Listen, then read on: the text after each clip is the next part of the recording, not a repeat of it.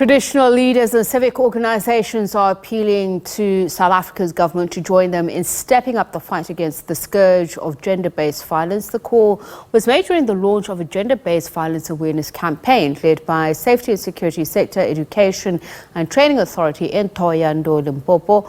Lutendo Bobodi has more on that. Over the last 4 years, Vembe region has been recording the highest number of gender-based violence cases. It currently has the fourth highest number of rape cases in the country. Between 2018 and 2019, the region recorded thousands of sexual offenses and domestic violence cases. Traditional leaders said registering and keeping records of the subjects will help cap the scourge of gender-based violence.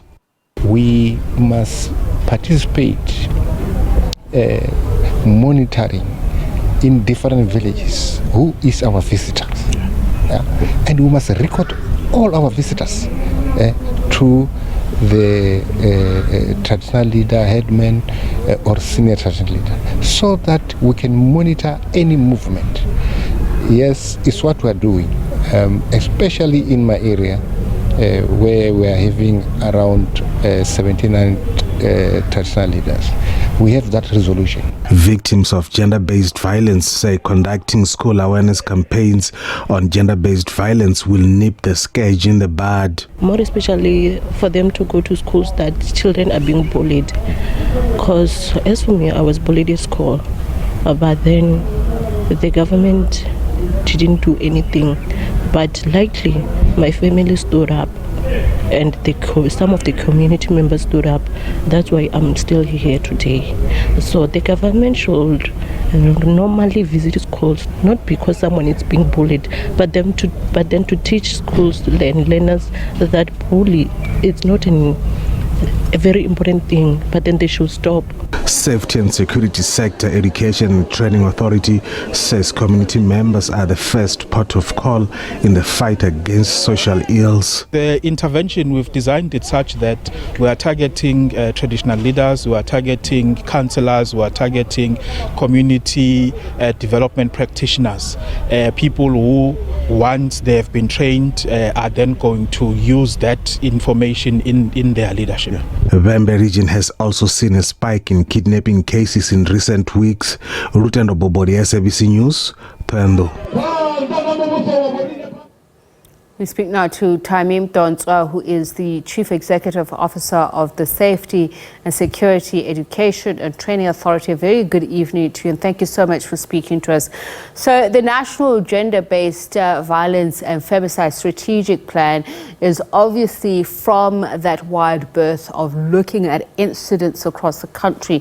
How do provinces localize it, and if you can best tell us about from where you are? Yes, no, thank you very much, Tsepiso, and thank you for having us.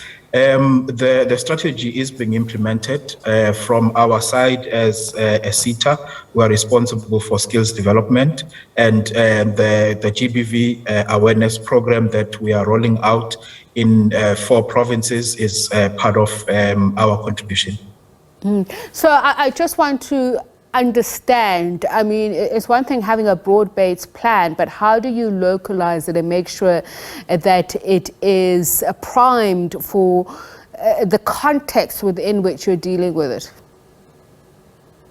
We have targeted our training intervention to community leaders, which includes traditional leaders, councillors, ward committee members and other community development officers.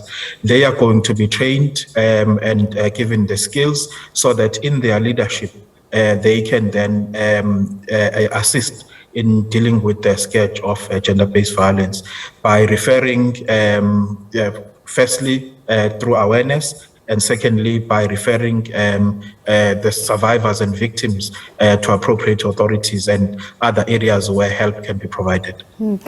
I mean, broadening access to justice for survivors has been one of the main points of the plan. And I'm just wondering, as a SETA, how do you draw up your curriculum for efficacy?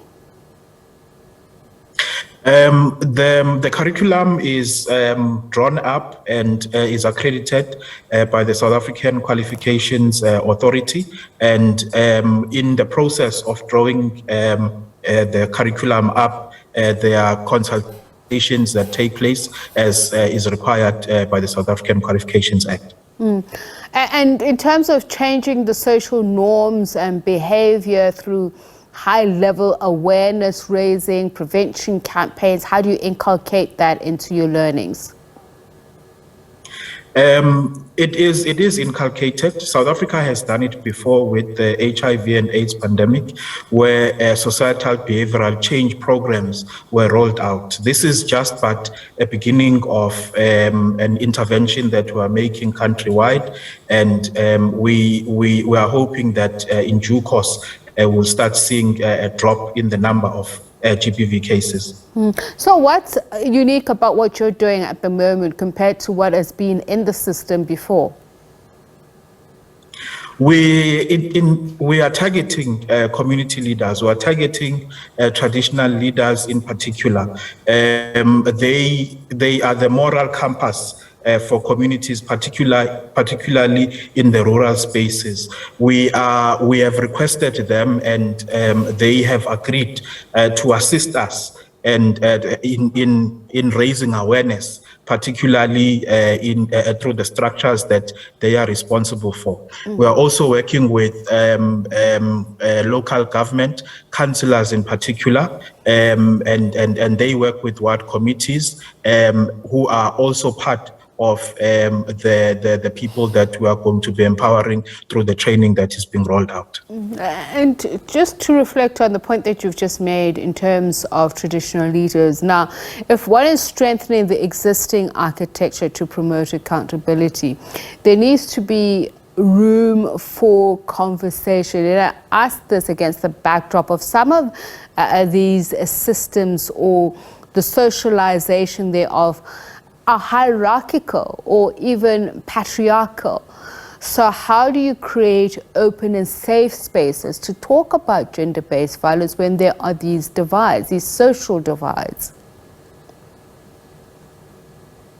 All of those social divides are essentially learned behavior, and learned behavior can be unlearned.